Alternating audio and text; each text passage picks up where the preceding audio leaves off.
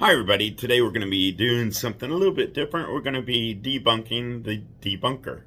We're going to be looking at a video by this girl named Erica who has a YouTube channel called Gutsick Gibbon. And she's basically a creationist basher. Her whole veneer of her channel is basically to attack creationists and especially young earth creationists. And I'll leave a link to the entirety of the video down below if you'd like to look at it. Obviously, for time constraints, it's quite long, and I'm not going to be able to address nearly even half of the content of her video. So, without further ado, let's get right into her video. I'm Erica, and what we do here is we discuss topics related to human evolution, biology generally, primatology, which is one of my favorite topics, and a lot of the time we debunk pseudoscience, and a lot of the time that pseudoscience is young earth creationism. If you've been bopping around the young earth creationism debunking circle for any modicum of time, you've probably heard the term kinds before, sometimes called created kinds or Barrowmans. And if you don't know what any of that means, allow me to briefly catch you up. The answers actually aren't in Genesis, because Genesis is very vague, so instead what they do is they kind of make up potential solutions to these problems that read a lot like something you would find on fanfic.net, but for the Bible, to be perfectly honest. Inbreeding? No, that's solved by something that we call created heterozygosity. It's just super big, magic, original genomes that are capable of producing all modern biodiversity in these given archetypal groups in just 6,000 years. The geologic column? Oh, well, you see, that whole thing was actually laid down from the Cambrian all the way to the Cretaceous, sometimes all the way up to the Pleistocene during the big global flood in the Noah's Ark story. Yes, that's right, about 500 million years worth of conventional geologic history was laid down during 1 year and a big global flood. So yeah, what Erica is talking about here is obviously the geologic column, which is all the strata layers we find laid down in the Earth's crust globally all around the world, and they're supposedly laid down over millions of years of time. And here's a picture of what we're talking about, all the layers. And then in this picture you can see how they derive at the age of the layers by the fossils, the called index fossils that they find within the layers, and they actually they date the fossils they find in the layers by what layers they were found in. So that's kind of circular reasoning in itself. But Erica mocks the whole idea that these strata layers could have possibly been laid down all at once during a global catastrophic flood.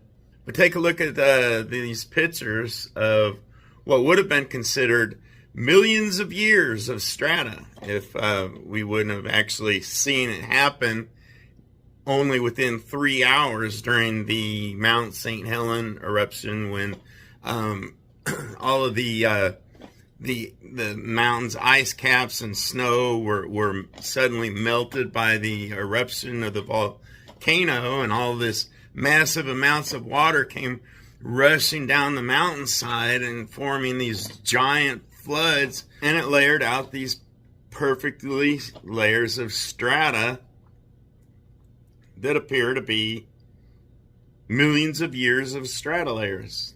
We see right behind me here the base of this cliff, the lower half of the cliff, is composed of the airfall deposits, the airfall tephra, from May 18, 1980. During the afternoon of May 18, 1980, the volcano was quieting down, and airfall debris, large blocks of pumice and fine ash, fell on this surface. Then up above it, we see a 25-foot thick layer of layered volcanic ash. That's the pyroclastic flow deposit from June 12th, 1980. And then on top of that, we see the mud flow from March 19th, 1982. Each layer here on this cliff has a date, and we can establish the sequence of the formation. One of the most interesting things about that June 12, 1980 pumice flow deposit is it formed essentially in 3 hours. We have the radar imagery that shows between 9 p.m. and midnight on June 12, 1980, that a big plume of volcanic ash was forming over the crater of the volcano, and these slurry flows came down and deposited the pyroclastic flow deposit of June 12, 1980. The most amazing thing about that is its layering. Radiometric dating and its accuracy and use in the fossil fuel industry? Well, we're still working on that one, but trust us, we'll have an answer, and we'll say it's from Genesis. For radiometric dating, the process that gives us the very idea of long ages, actually, long ages and radiometric dating hasn't stood up to the validation test. Radiometric dating has never been validated against the absolute known ages of rocks. Let us explain. Consider Mount St. Helens. This volcano erupted in the 1980s, giving scientists the opportunity to date the rocks that were formed from the eruption. The results? 5 different ages, all between 350,000 and 2.8 million years old, for rocks that we know were less than 30 years old. This discrepancy happens all the time in radiometric dating studies. In fact, there has never been a radiometric dating analysis that simply produces ages that validate to the known ages of rocks. And if radiometric dating doesn't work for rocks of known ages, why do we trust it for rocks of unknown ages? So none of these solutions actually work. I've gone over many of them in depth here on my channel, and there are many other excellent channels out there that really dive deep into the creationist literature, the young earth creationist literature, I should say, and why it is a pipe dream. But that being said, they're like so fun to dissect. I love getting in the weeds with young earth creationist models and hypotheses and seeing how they try to get around these enormous problems that entirely preclude their worldview. And baraminology, or the study of the created kinds within young earth creationism, has got to be one of my favorites, not the least of which because its history is so interesting. Because I think the history of the acceptance and incorporation of some level of speciation in young earth creationism is a really important case study when looking forward at how young earth creationism is going to continue to try to adapt, evolve, if you will, in the face of new scientific discoveries and the progression of biology and evolutionary biology generally. I also just want to give you guys the tools to shut this down like right out the gate, so that when you're having conversations with young earth creationists who are talking about things like created kinds, you can say, no, that's not scientific. That's not even close to scientific. Young earth creationism is still impossible, and here is why. So I think the best place to start here is by answering the question, what, if anything, is a kind? A kind, created kind, or baramin, is a group of organisms that creationists accept as related. All the modern members of a given created kind are proposed by creationists to have descended from a sort of archetypal progenitor species. You can kind of think of it like a Platonic ideal, a progenitor pair of species that sort of represent the basic idea of a kind. And within that progenitor pair lies the genetic potential for all modern biodiversity. So within a kind, all organisms are related, but kinds are not related at all to one another. They are separately created groups. So, for example, a creationist might vaguely say that there is a created kind that encompasses all the cats. So lions, tigers, leopards, lynx, domestic house cats, all of them descend from an original created pair of cat or cat-like animals. So all the cats within the cat kind are related to one another, but none of them is related at all in any way to, say, dogs. I'm sure you already have a lot of questions and a lot of objections, but put a pin in it because I also have those same things. Okay, so first we're going to talk about why the evolutionists love to bring up kinds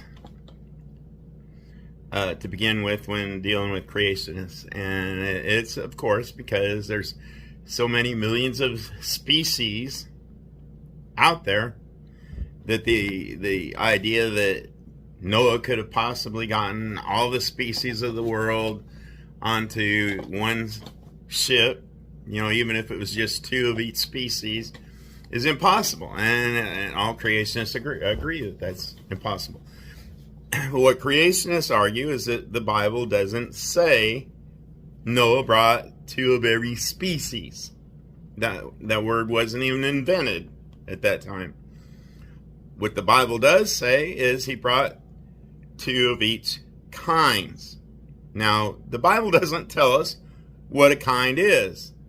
And so when she says that creationists can't agree on what a kind is, of course we can't, because the Bible doesn't specify what a kind is. We generally agree that it's probably around the family, the modern family definition. But I want to point out something here that's really hypocritical about evolutionists when they bring up this whole argument. They want to argue because they get mad when creationists point out that the Bible doesn't say species, it says kinds. And so that kind of deflates their balloon. So they get mad about that, and they want to say, well, you got to define what a kind is. And what's a kind? Well, why? Why do I have to define it? Why do you expect me to define what the Bible doesn't even define? The late great paleontologist Stephen Gould once said that all paleontologists know that the fossil record contains precious little in the way of intermediate forms. Transitions between major groups are characteristically abrupt. Gradualists usually extract themselves from this dilemma by invoking the extreme imperfection of the fossil record.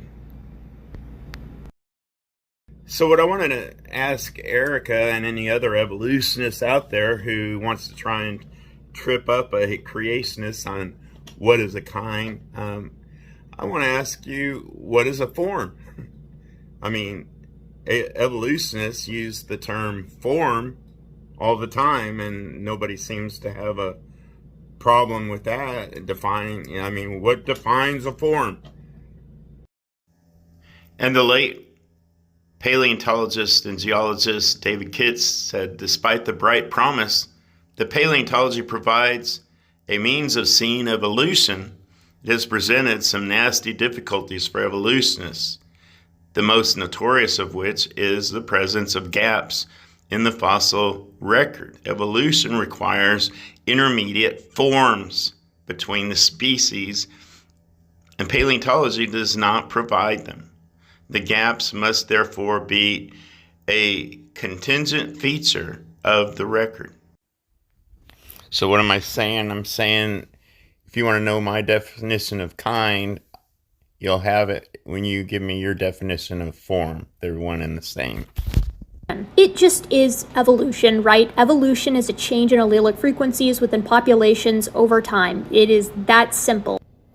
Actually, there's two different types of evolution. There's the biological definition of evolution, which is exactly what Erica just said. It's the observed changes of a population over time.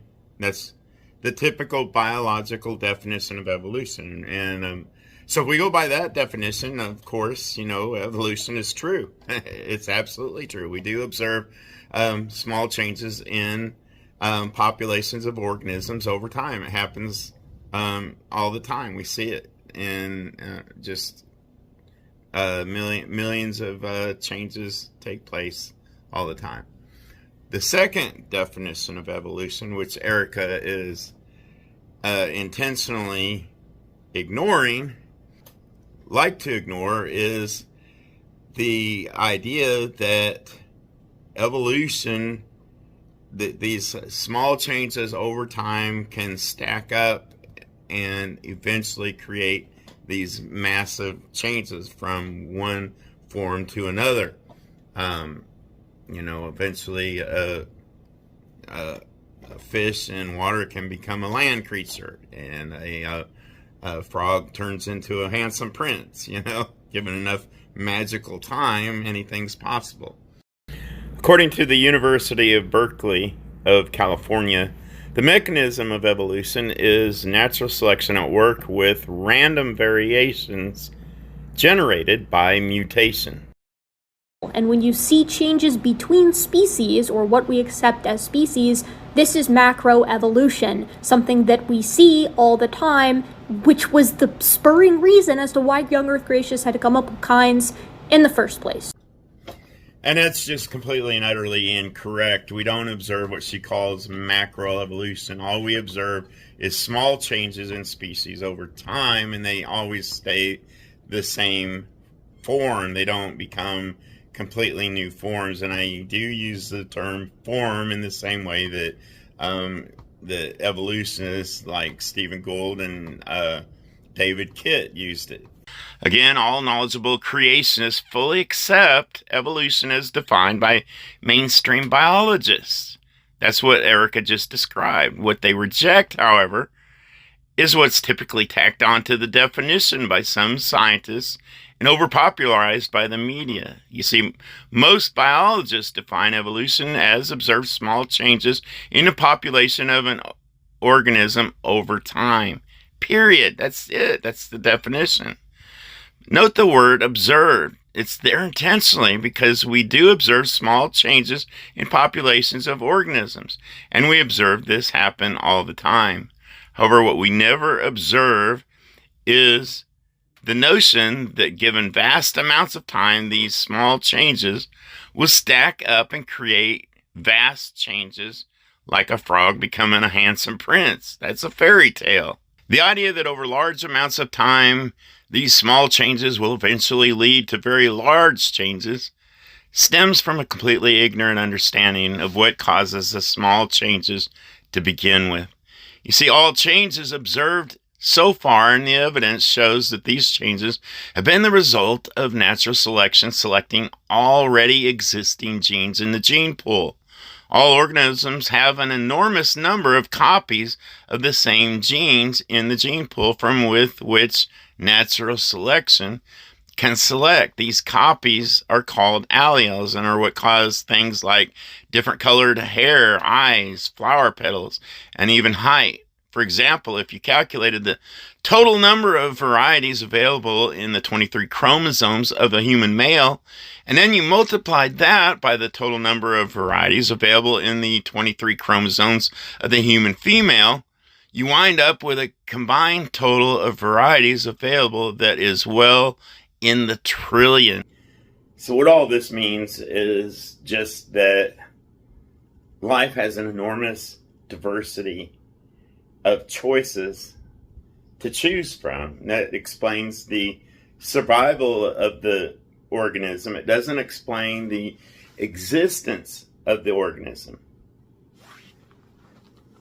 You see, what evolutionists like Erica and others don't seem to understand is we're having a debate here between, was there a creator or did things form through random natural processes?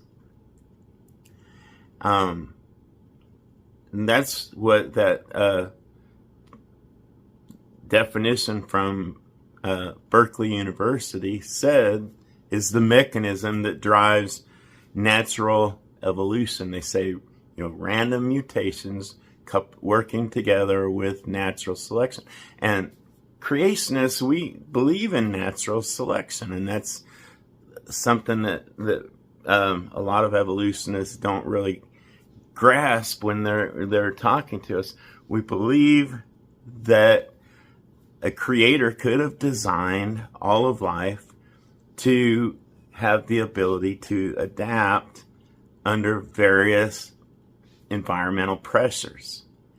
And so when they try to say that we don't accept science, they're just basically just name throwing.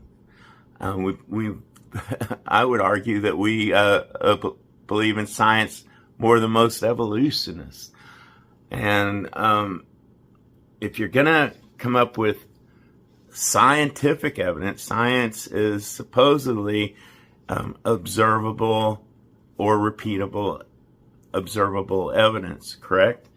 So in a debate between creation or evolution, you don't get to just say, well, we're going to disqualify even the possibility of a creator, so all evidence that we observe has to be evolutionary evidence. That it doesn't work that way. That'd be like disqualifying you have 3 runners or 2 runners at getting ready to run a race, and you say, well, we don't allow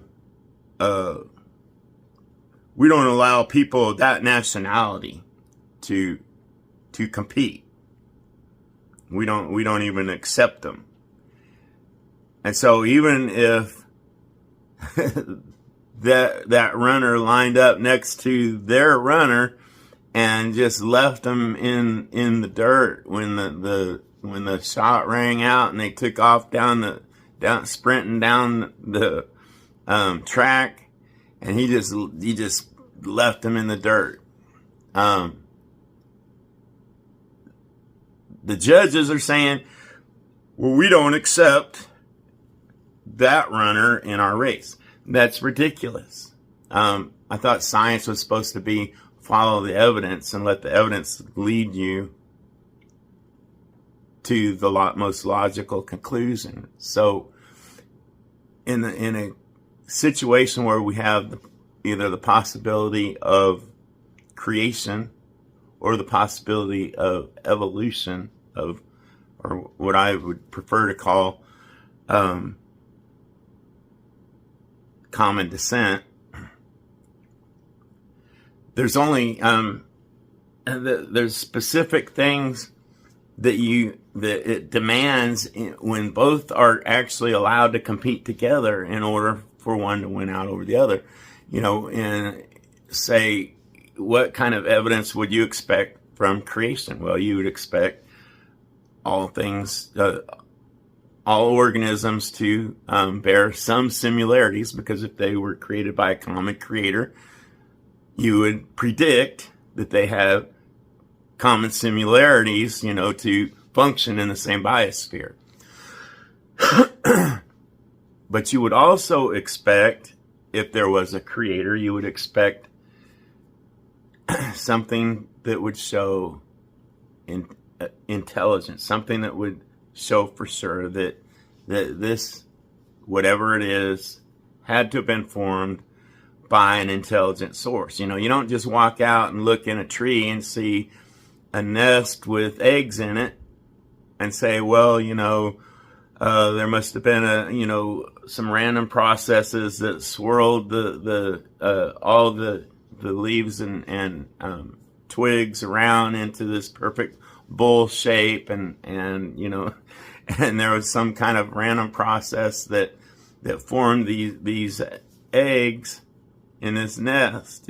You just logically look at it and you know that was created by an intelligent designer, a bird with a mental capacity enough to know he needed a nest for his eggs. And it's what we call specificity. So if you are looking for a creator, you would expect the evidence to be that all organisms have similar features, but you would also expect to observe specificity. However, if you're expecting evolution, of course you'd expect all organisms, if they all are descended from a common ancestor, you expect them to have similarities. But you would also expect there to be at least one example of a finely graduated chain of fossils leading from one major form to another. I'm not saying you would have to have one of every single generation. That's what I often get accused of claiming. No, I don't claim that at all. Just no large gaps, no large jumps, no leaps, no dinosaur with no sail to suddenly the very next step that they show in the chain is a dinosaur with a huge giant sail. It's just making these giant leaps from one form to another, and that's not what you would expect if you're trying to prove evolution from the fossil record. If you're trying to prove it from the biology lab, you would expect to at least find one example of new genetic information that increased an organism's ability to survive over its parent species. And I would even go so far as to say that this should be happening all the time, that if evolution happens so frequently and so often, we should observe,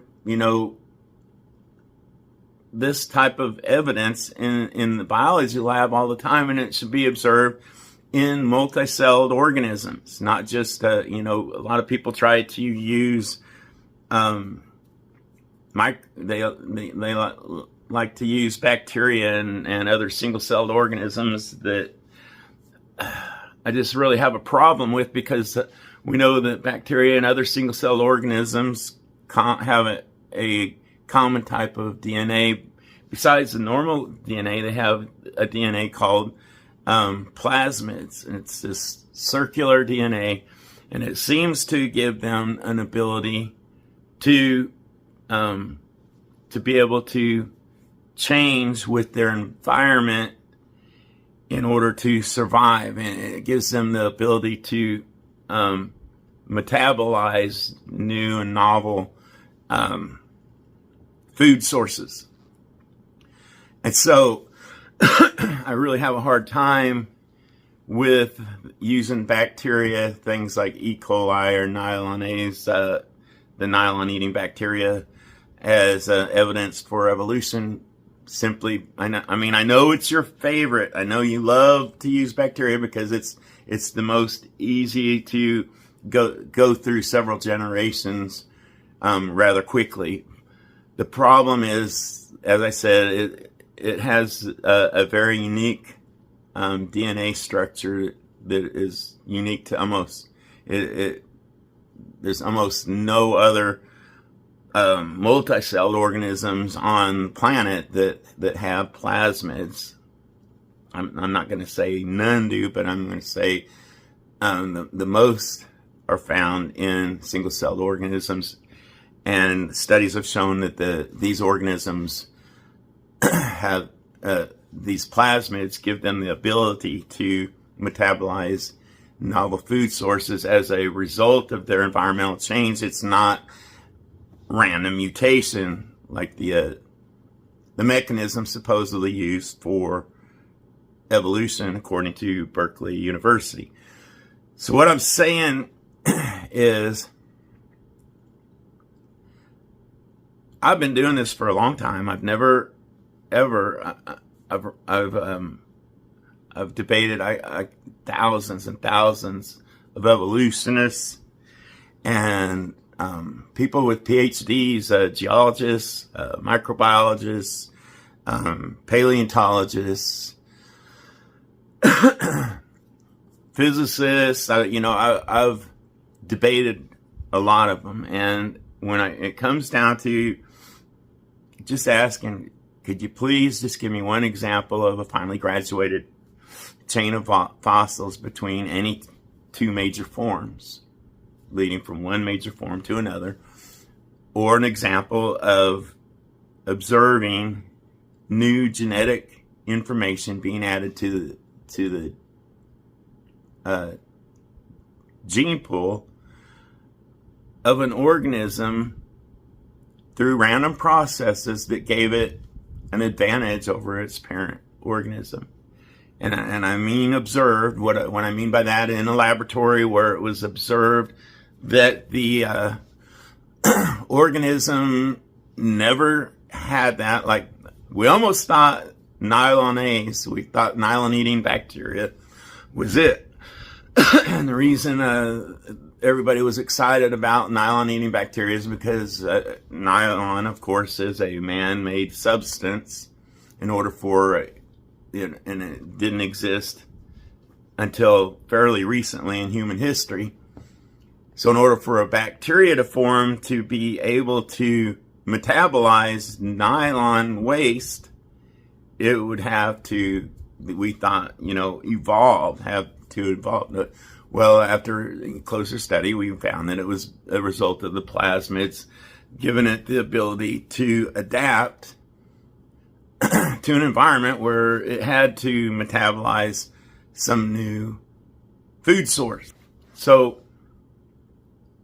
I'm just asking, in multicellular organisms, do you have an example of, this gene increasing type information being added to the gene pool of an organism that gave it an advantage over its parents? And it has to be observed in the lab. Or do you have an example of a finely graduated chain of fossils? You see an example of this finely graduated chain of fossils from any major form to another would show that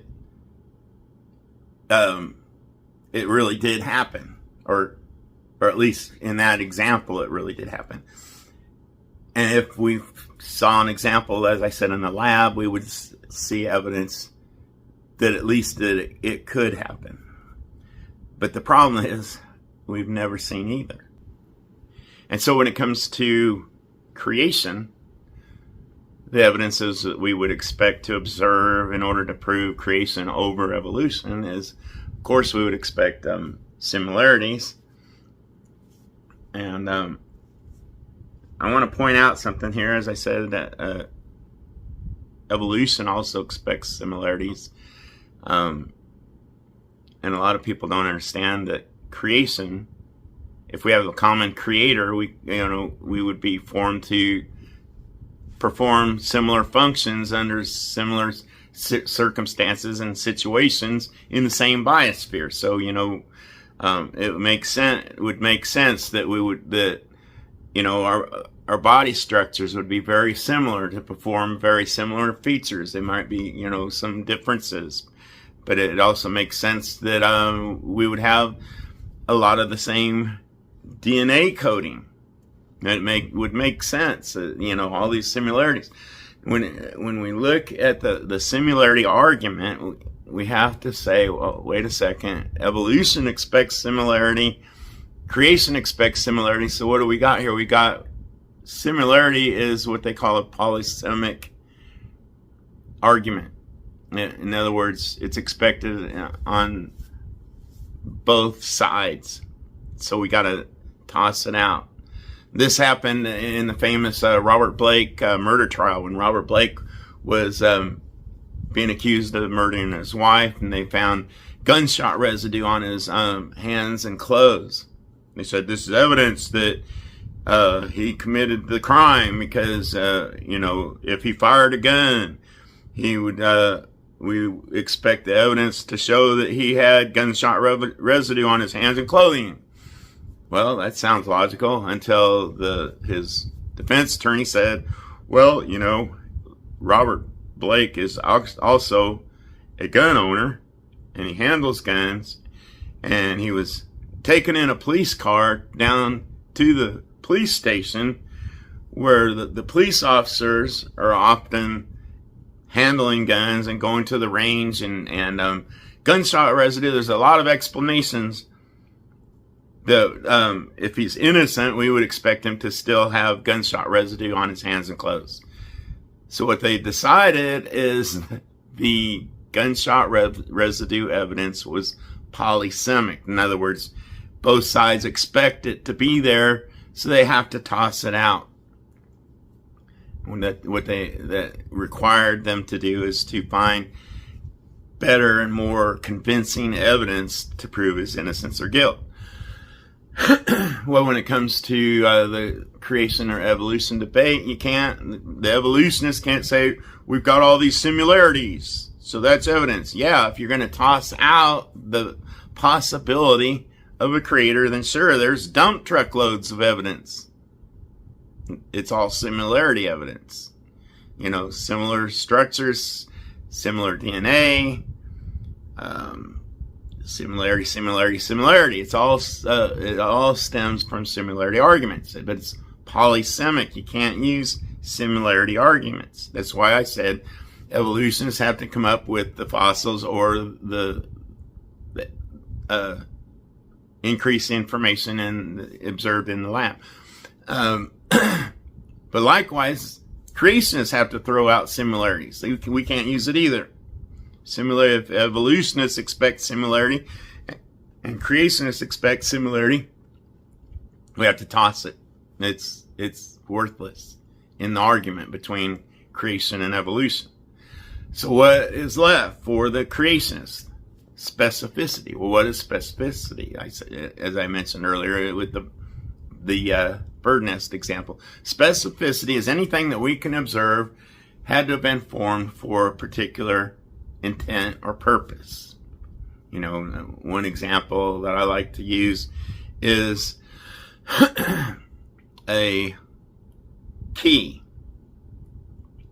If you compare a key, the pattern on a key, to, say, the pattern on a snowflake, the pattern on the snowflake looks a whole lot more complex, right, compared to the pattern on a key. But what does the pattern on a snowflake do? Absolutely nothing. It doesn't do anything. But what does the pattern on a key do? It moves all the tumblers into the right position so that lock can be turned and opened. And in that situation, we can see the key is much more specified than the snowflake. Snowflakes are complex. That's why I get really upset when I hear my fellow creationists trying to use the complexity argument. That's a ridiculous argument. Complexity doesn't prove intelligence. I could throw a handful of pennies in the air and they land on the floor the first try. You record how they landed, heads or tails, and I challenge you to try to do the exact same thing out of a million more tries, and you won't get it. You won't ever get the exact same combination. That first combination, first try, was very complex to itself. It doesn't mean anything, but it's complex nonetheless. So complexity doesn't help us with the argument.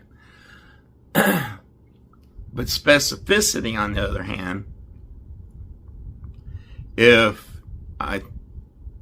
you looked on the floor and you found a group of pennies and they were all forming the words "In God We Trust" in English, now you see specificity, right? You see evidence that an intelligent mind had to have arranged those pennies on the floor in that position, and that can be observed in many ways. The more specified the information is, the more intelligent the source has to be. I mean, you compare a bird nest to, say, a computer software program. The designer of the computer software program had to have been much more intelligent than the designer of the bird nest, right? You follow me so far? So specificity is our intelligence detector. Now, when you look at the DNA code in every living thing on this planet, scientists tell us that it's highly specified. And most microbiologists describe the arrangement of the nucleotides in DNA in the perfect arrangement that they're arranged in to form this specific code to perform these specific functions. They describe it as being more highly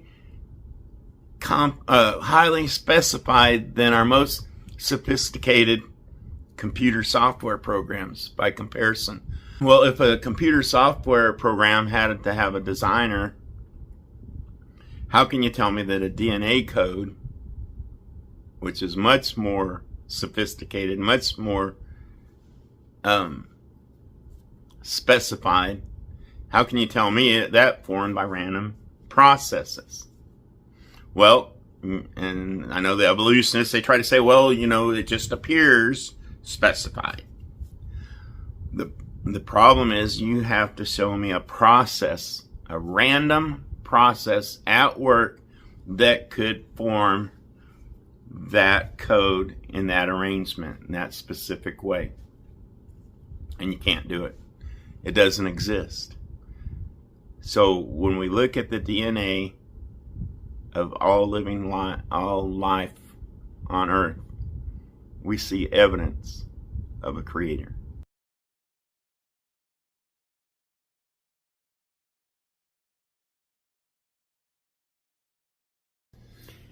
Hi everybody, today we're going to do something a little bit different. We're going to be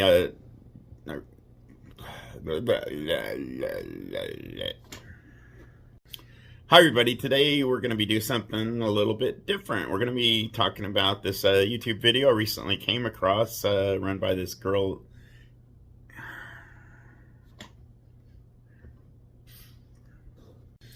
Hi everybody, today we're going to do something a little bit different. We're going to be looking... Hi everybody, today we're going to do something a little bit different. We're going to be looking at a video by a girl named Erica called... Hi everybody, today we're going to be doing something a little bit different. We're going to be... what are we going to be? Who am I? Where am I? I'm having a stroke. I'm having a stroke right now.